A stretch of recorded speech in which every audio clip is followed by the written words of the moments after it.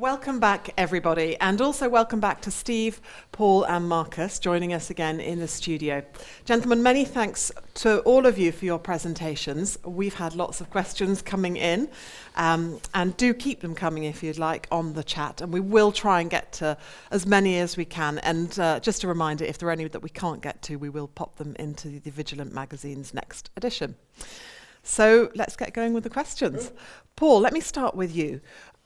What is the role of the worldwide change control and why is it so important? Well, first of all, we deal with global standards, and it's important to get all the regions together, to work together, to collaborate into development of the new standards.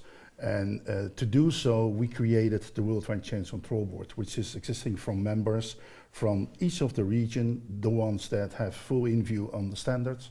And we combine that knowledge into one group where we try to develop the new standards over the past.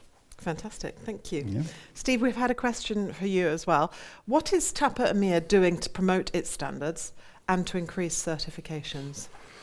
Oh, very interesting question. So that's almost a full-time activity. The standards, once developed, and let's talk about the current versions, for example, you can access information on those via our websites.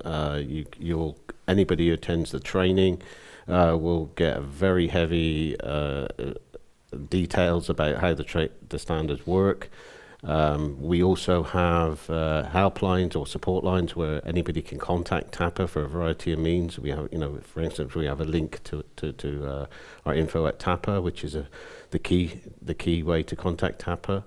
And from that, from those various sources, you can reach out to TAPA. TAPA is happy to talk to people individually or arrange for their training. And, really, we use the media more and more these days. This is the best example and obviously one of the best conferences from our standpoint to give our voice to our standards. Yeah, and it's, the results are showing, I think, with the general progression and increase in use of our standards. Markus, let me ask you a little bit about trainings and in-house trainings. Does TAPA provide in-house trainings for companies who might be looking to train larger groups of staff?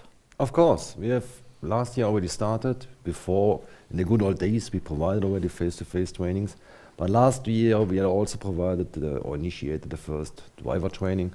So an individual training based on our TSR standard and Fsr standard combined with experience from the company itself. So that's a good mix-up to provide also special and individual trainings to our members. And presumably that's tailor-made then to their needs. We need we need the input of the company, we need also what they like to cover, and then we combine it with our requirements, with our rules, with our strategy. And then we fill it up with the experience we have. Steve, let me come back to you. The latest revision of the FSR standard included a new multi-site option. What is that, and what has been the response to it so far? Okay, so multi-site, it was a big change for us in the last revision, which came out in 2020, where up till then we allowed each individual site to apply for and hopefully achieve certification. And but for our larger members and larger users of FSR, who may have 50, 100, 150 sites, example, that seemed to be not too efficient way to manage their business. So what we looked at is having one certification to cover multiple sites. Exactly the same requirements apply, but we had a different auditing regime, similar to an ISO 9000 for those that are used to that type of quality management system, with lots of checks and balances, but it truly has proven to be very popular within EMEA. And I can confidently forecast by the end of this year that a quarter of or even a third of our current certified sites will come under one or more multi-site schemes. So it's all looking very positive for us. Excellent. Paul, let me come back to you, because TAPA, I think, will shortly begin the revision process for the next version of the standards. What changes can we expect? What's coming? It will be a big question mark for us as well. I mean, we first will have that review by our members, and they come back to us with their ideas of what should be changed and what should be adjusted. Next to that, we also look at ourselves for what can be done better in the new standards as we had in the past. But we always keep in mind that it must have the benefit for our members and that we work with a cost-effective method. I mean, we can ask for ditches with machine guns and sharks, but that's not what we want, and that's what not is applicable. So we will see that as a kind of big job for the Worldwide Change Control Board to filter that in a correct way. And we personally don't think there will be big changes, but we never know. We'll see what comes in. We'll keep posted on that then. Absolutely, absolutely. Markus, now TAPA's developed new driver training and remote virtual auditing courses in the past year. Could TAPA EMEA offer other types of training in the future? Are there new things to be developed? I think at least we have a lot of ideas, but we need also the requests from our members. We need, or we support on everything what our members needs. So we can create individual programs. If it's starter kits for new employees, or if it's already experienced trainings for TSR and Fsr related topics. So we are able to provide any training related to the security standards. Fantastic. I'm sure that the members are. It's good to hear for them. Talking of the members, Steve, TAPA has members now in 38 countries. We've talked a little bit about multilingual approaches today. Are you developing multilingual versions of the standards? They already exist in a number of languages, but we need to do more. And I think for anybody within the TAPA management, they would have heard me, complain may be too strong a word, but it certainly encourage them to take on more languages and not only draft the standards in those languages, but support them, but the mechanisms. But also support the mechanisms to be able to communicate to people who English isn't their first language in a much better way than we do today. So I really would say watch your space, because I think that's one of the big growth areas for TAPA, to make our standards more accessible to anybody within the EMEA region. Fantastic. As I said earlier, we've got lots of questions coming in, and just a reminder, these are coming in through the chat if you want to add your own, and we will try to get to as many as we can. Markus, we've had a question come in for you.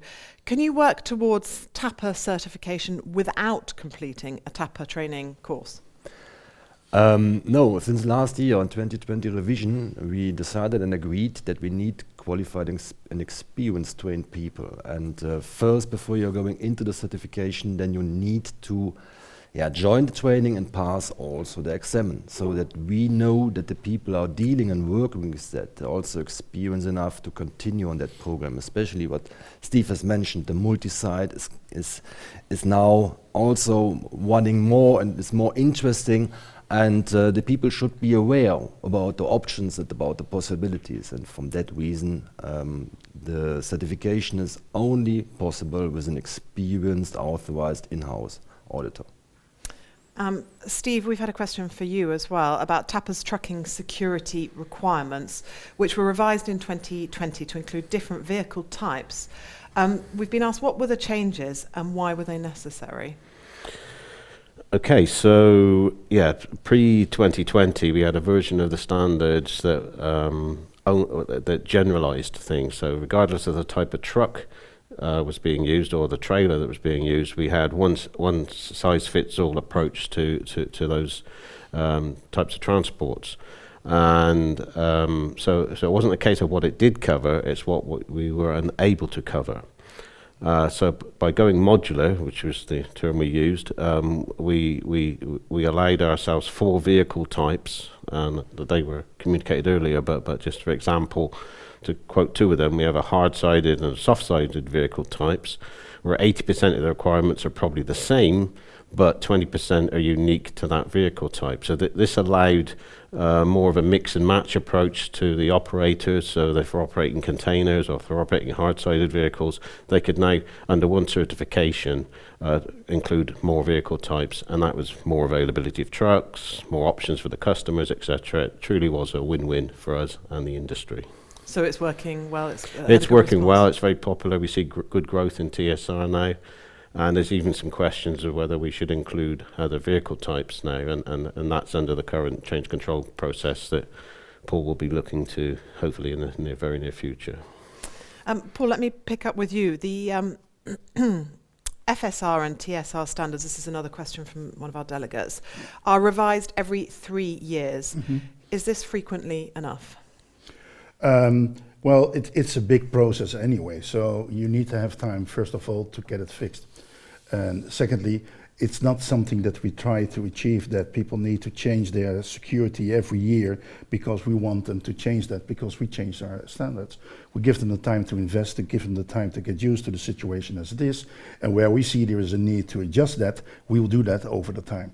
And over the years that we use the standards, we just found out that 3 years is a good time that can be overseen in the correct way, but it's also for our members possible to work to the future for the next revision over that period as well. Fantastic, thanks Paul.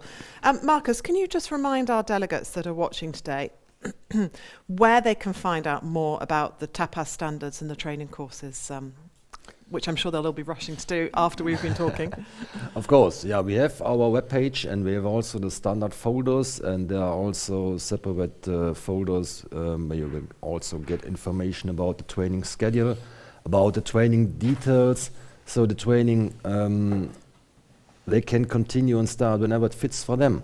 They can repeat it as often as they need. They can at least have 3 months time to go through that slides, to sit the exam, and it's more flexible at the end. And all the details our members will find on the webpage and the separate folder training schedule.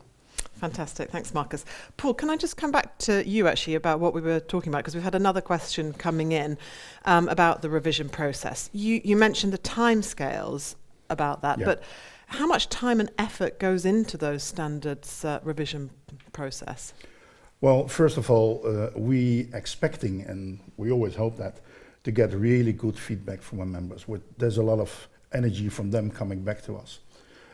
If we start to deal with the information that we shared and that we received over the world, and we start to filter that and work with that, that's quite a job. I mean, officially, we spent at least 2 or 3 meetings over the period of a month to get it all sorted out, and we lock ourselves up in rooms for a longer period to finalize what we need to do. So there's a big job to do, and we try to bring out something that is useful for all the members and will fit all the members as well. And as already said, the filter is also that we try to stay cost effective and to keep it back. So there's a lot of work to be done, and on the end, when you roll it out, people hardly recognize that, but it's a big project always. And you mentioned that collaboration. I know that's very important. Absolutely, absolutely. We do that in global level, and each of the region do some parts directly in their own region, like the standard working groups they have. They filter what they think is needed. We bring it all together in the Worldwide Change Control Board, and then it starts.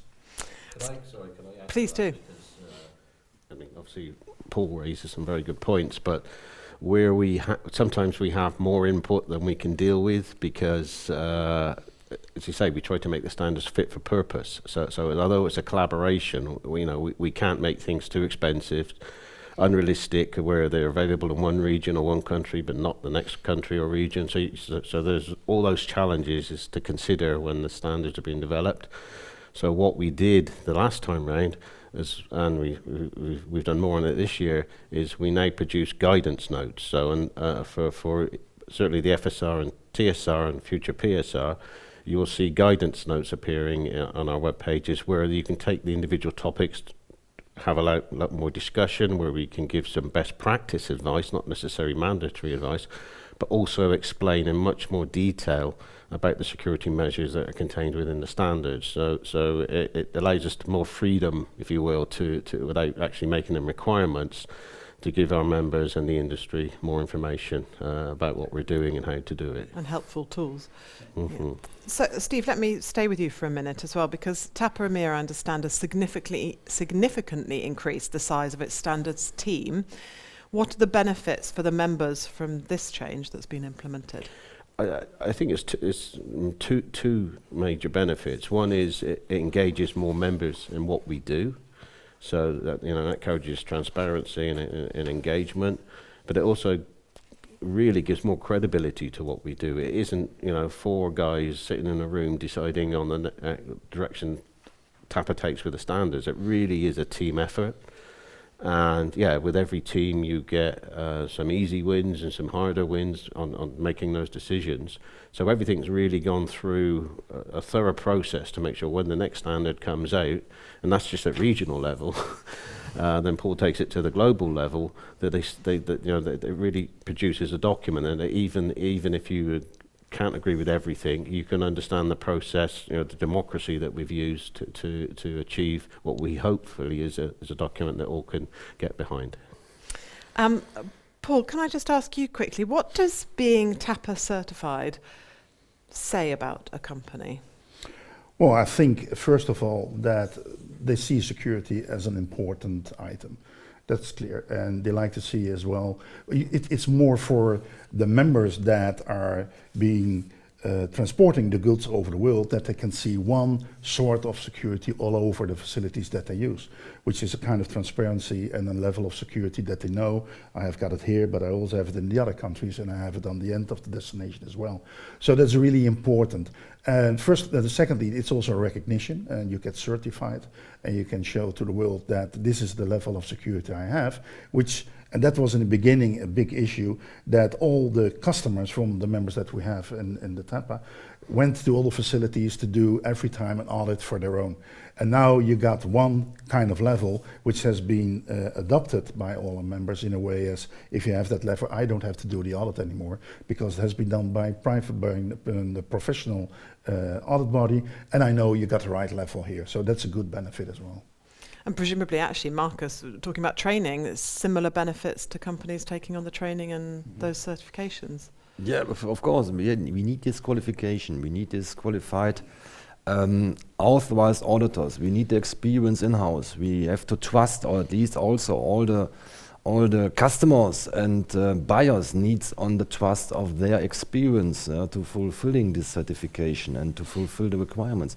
At least, I think also, these are the figures we know from the past. Our members could reduce the thefts due to our requirements and the standards behind. And that's a kind of trust also on the certificate and on the standards we are providing. Thanks, Markus. We've got a few more questions that have come in from the delegates. Steve, you're very popular. Lots of questions to put you on the spot with. We've got a couple more minutes if you do want to submit a question. Just a reminder, you can do that on the chat. And we will try to get to as many as possible. If not, as you know, they will appear in the next Vigilant magazine edition. Steve, let me ask you, from one of the delegates, can you explain more about the self-certification process for FSR and TSR and how this works? Okay, so both FSR and TSR, you're correct, have a self-certification component, and this came about, I think, in the last revision, and it really is to provide an entry level for those that are thinking about TAPA certification, but for whatever reason, could be that they're a small company, don't have the infrastructure or maybe the resources to go full certification, or it could be somebody that's just trying to meet their client's requirements for that particular contract. And so it was, if you like, a step up into TAPA compliance areas, but making it achievable. And the benefit really for the users of self-certification and some stay with certification is that they still take the training, they still go through the same process of a list of requirements. They submit their audit to TAPA, and TAPA does the validation. So there's checks and balances. We also have the right to do checks that company is meeting those requirements on an ongoing basis. So we really do feel that again, it just makes it more accessible to the industry. It's been really successful as a program. I think FSR and TSR self-cert equates for probably 25% of our certifications, and of those numbers, a number of those have moved into full certification. So it with the growth through the standards, it really is a good partnership for them to adopt TAPA standards at an affordable level, but with some future upgrading within their security programs. One of the other delegates, Steve, has also asked, how do companies know which independent audit bodies to work with and what sort of costs are involved Oh, with that's this? a clever question. Yeah. I've got to be careful because I don't want to say, oh, I know, go for these guys because they're the most active or whatever. But it's like anything. With anything, the reason we provide a number of audit bodies is we don't want to provide monopolies for anybody. So by having, I think we currently got 5 audit bodies out there on our website. We're always looking for others. It provides the if you like, the user with ability to have a competitive bid, because we don't set pricing for the audits, etc., and it allows them to have a choice. Now, it may be that they've done already work with that audit body on another program, so they can negotiate the pricing. But in terms of which are the best, or the ones you should not consider, they need to, maybe that's where TAPA membership and the networking comes in, because if they've got and they know a company that's used TAPA standards and they can talk to each other, that's fine. I think we can't really rate the companies, otherwise we're going to get into ourselves into trouble with sort of favoritism. But all the audit bodies that are listed, all are very capable to do the audits, and some may be stronger in some programs than others, but that's quickly able to find that just by talking to other TAPA members. Which, by the way, you can do as well during this conference through the network, through the conference app. Good point. Lots of networking. Good point. Yeah. Paul, something we haven't really talked about, well, we've certainly not talked about now in our Q&A, is COVID. How has COVID impacted the TAPA standards certification process? And is there a backlog now in EMEA? Well, the thing is first that, as said in the presentation, that the new versions of the Fsr and Tsr will be released in 2003, meaning that we work at this moment from the versions 2020. And which is a little bit, when we dealt with it and we built it up, which was in 2019, the COVID was not there yet. So at that moment we didn't focus on these kind of situations that we might roll into. I'm pretty sure that over the new revision that we will jump into that as well as a possibility to make changes, that if that might happen again, that we have the answers how to do that and how to do that correctly. So that's something that we have to look into. Like I said, it's not done under 2020 because COVID was not there yet. Yeah, sure. Please do. Yeah. Just 2 points. I did see a question come from a member, and I know it's in the change control process, about how to deal with future pandemic type events that just stop things happening. And that, Paul's correct, that will be dealt with in the change control process. But for COVID and how we reacted to that in this, in the last 2 years, basically what we did was to delay certificate. Nobody could travel, or you couldn't go on the site. You just couldn't operate, and yet certifications were running out. New contracts had to be signed with security requirements. So TAPA quickly they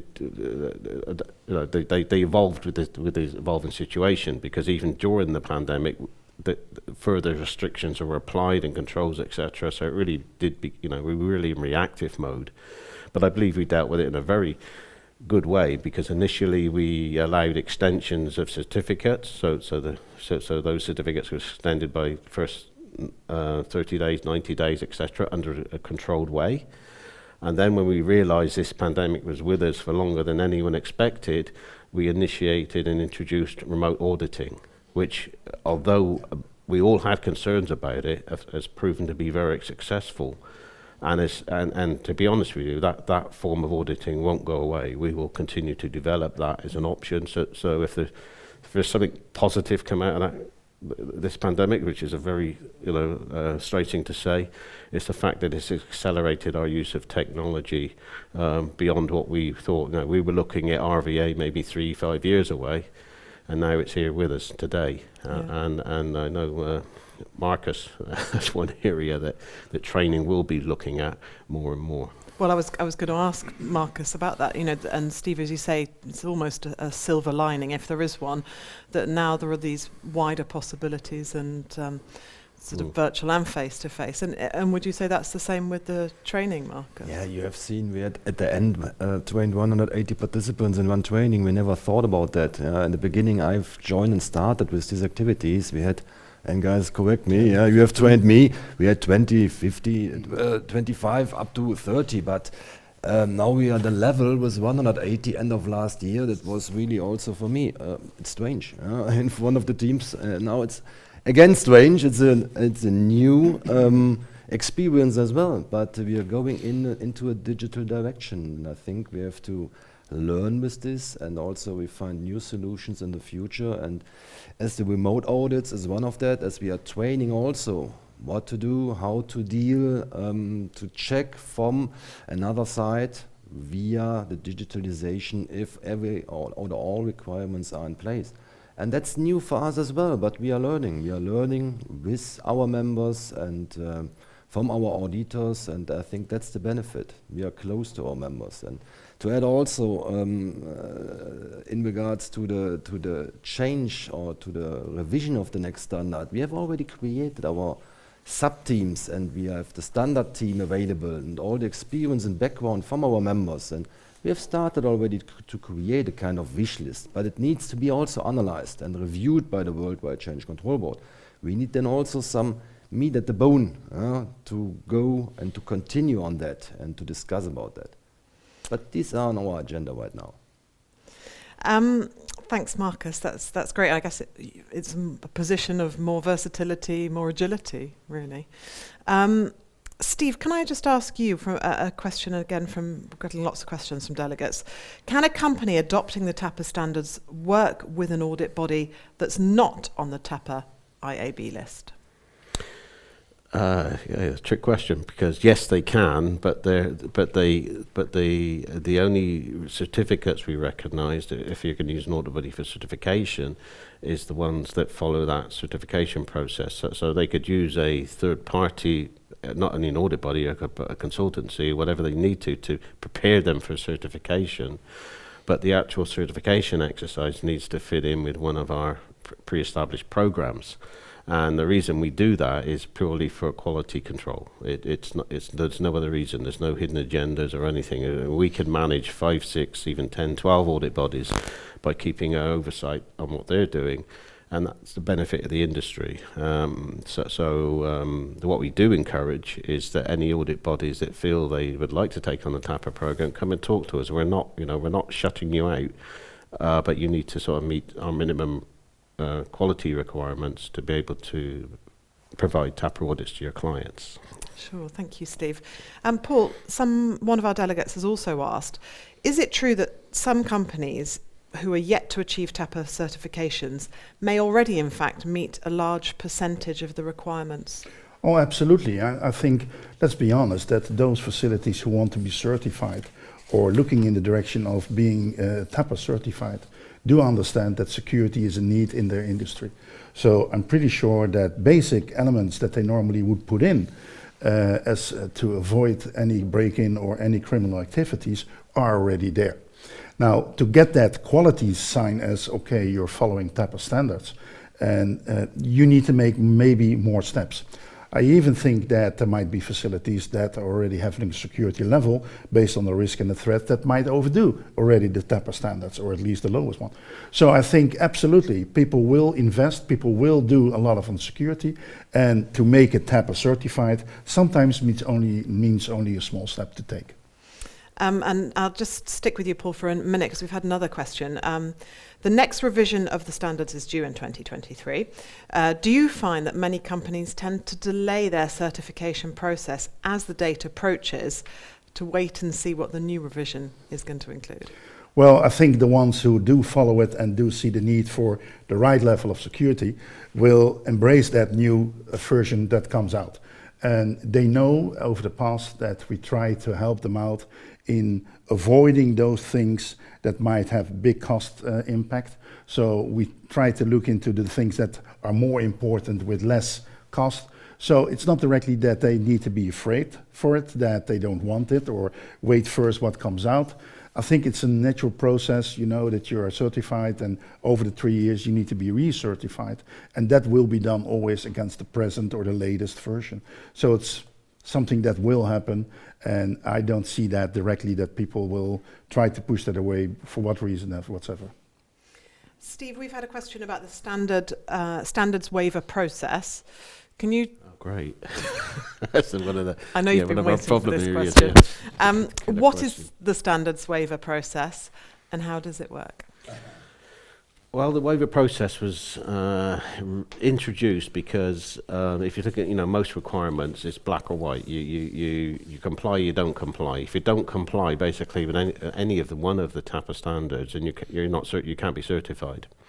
So the waiver process was introduced to, if you like, have a practical but realistic workaround. So it's not so much.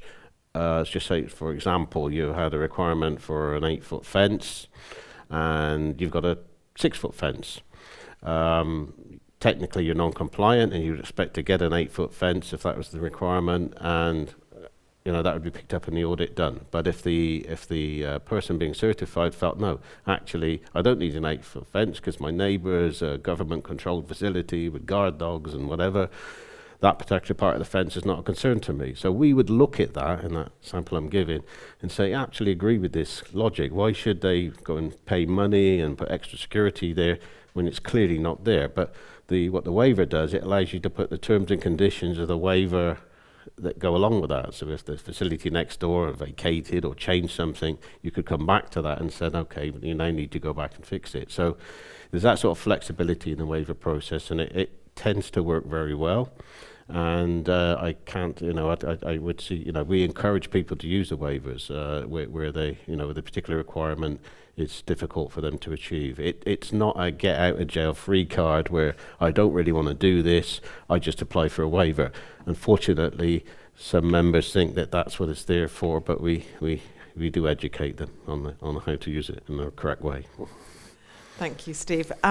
Paul, can I just ask you about more compliance? When you introduce a new standard, i.e. Fsr, must you automatically become compliant to the new standard? No, in reality, there are always two versions parallel working. I mean, if we look at the 2020 version now, you might get certified this year. That means in 2021, you will be recertified in 2024. And in the meanwhile, you will stay focused and you will stay certified against the 2020 version. If along that time a new version comes out, new facilities need to follow the new version. But if you are going to be recertified in 2024, then you need to follow the 2023 versions that we have at that moment. So there are always two parallel running over the same period of time. Thank you for clarifying that. Thank you. Steve, I'm going to come back to you. When a logistics company or freight forwarder is looking to move into or build new facilities, can it be more cost efficient to build the TAPA requirements in from the start? Yeah, absolutely. The challenge is who's doing the building and for who. Because we often get design companies saying, I've got a client who wants a TAPA-ready facility, and so identifying from the requirements what would be needed to meet that level is quite simple. They're very flexible requirements, but to be TAPA-ready, if that's the right term, there's a whole 50% of the requirements are procedural based and include training and infrastructure training of employees, etc. So you can get half ready if that's the right term, but once this facility goes operational and looks for a certificate, then the other half comes in where all the procedural requirements needed to be added. And again, TAPA can help, would give some advice for those companies, because there are so many different variations on who wants to build and why. So come and talk to us, and we hopefully would give you some good advice. Yeah, maybe I can add to that, Steve, that specifically to reduce the cost in the best way, that is the right thing to do. I mean, specifically the labor cost that you have are then far lower, because if people pull a wire or a cable for a certain area or a certain thing inside your facility, and you pull at the same moment the second wire or a cable for security, then these costs are not that high as later on if you need to remove the ceilings and all that kind of stuff. So I've seen over the past in which we had new facilities built that the cost would be far more less if you do it directly on the beginning than later on. Thank you. Well, I'm going to stick with you, Paul, and talk a little bit about return on investment, which somebody has asked about. How can a company measure the return on investment from their investment in the TAPA standards? Well, yeah, if you had a kind of way to show your boss that you had 4 guys trying to break in, but they did not because you were TAPA certified, then you have chicken in the box and it's easy to explain. Unfortunately, that's not the way how we live in. But we did some benchmarking in the past, and we saw that a big number of percentage less of incidents reported by those that are TAPA certified. So I do think that it's always something that need to be done in a correct way, and it's a synergy between all the elements that we have in the TAPA standards that make it far more stronger as the security it is. It's not only a fence, but the things that we do around, and like Steve already said, a lot of procedures are there. If they are followed correctly, then you get all the elements together to get to the highest level. And you can measure it for yourself, and if you see that, for example, your neighbor who's not TAPA certified might have incidents there that you don't have, then it works for you. Sorry to jump in. Yeah. No need to apologise, Steve. It's good to hear from you. Well, it's just that, you know, coming from a different angle, but Paul's absolutely correct. On the physical elements, there's lots of things to think about, but on a commercial element as well. Many companies, when they're looking for their goods being secure in the supply chain, will only ask for TAPA certified companies, or willing to become TAPA certified. They will only bid with those companies. It's not that they don't care about security, they do care about security, but they don't want to make it the major feature of their bid. Or, you know, they're looking for good logistics costs, manageable costs, etc. And those TAPA certified companies, they come security ready, and they can move on to the logistics and the pricing that really matter to them. And so I think by having TAPA certified for the logistics providers, it's a win-win, because now the buyers of those services can focus on the things they really need to worry about, which is making money. Gentlemen, we will leave it there. We've got no more time. I know we could keep chatting for much longer.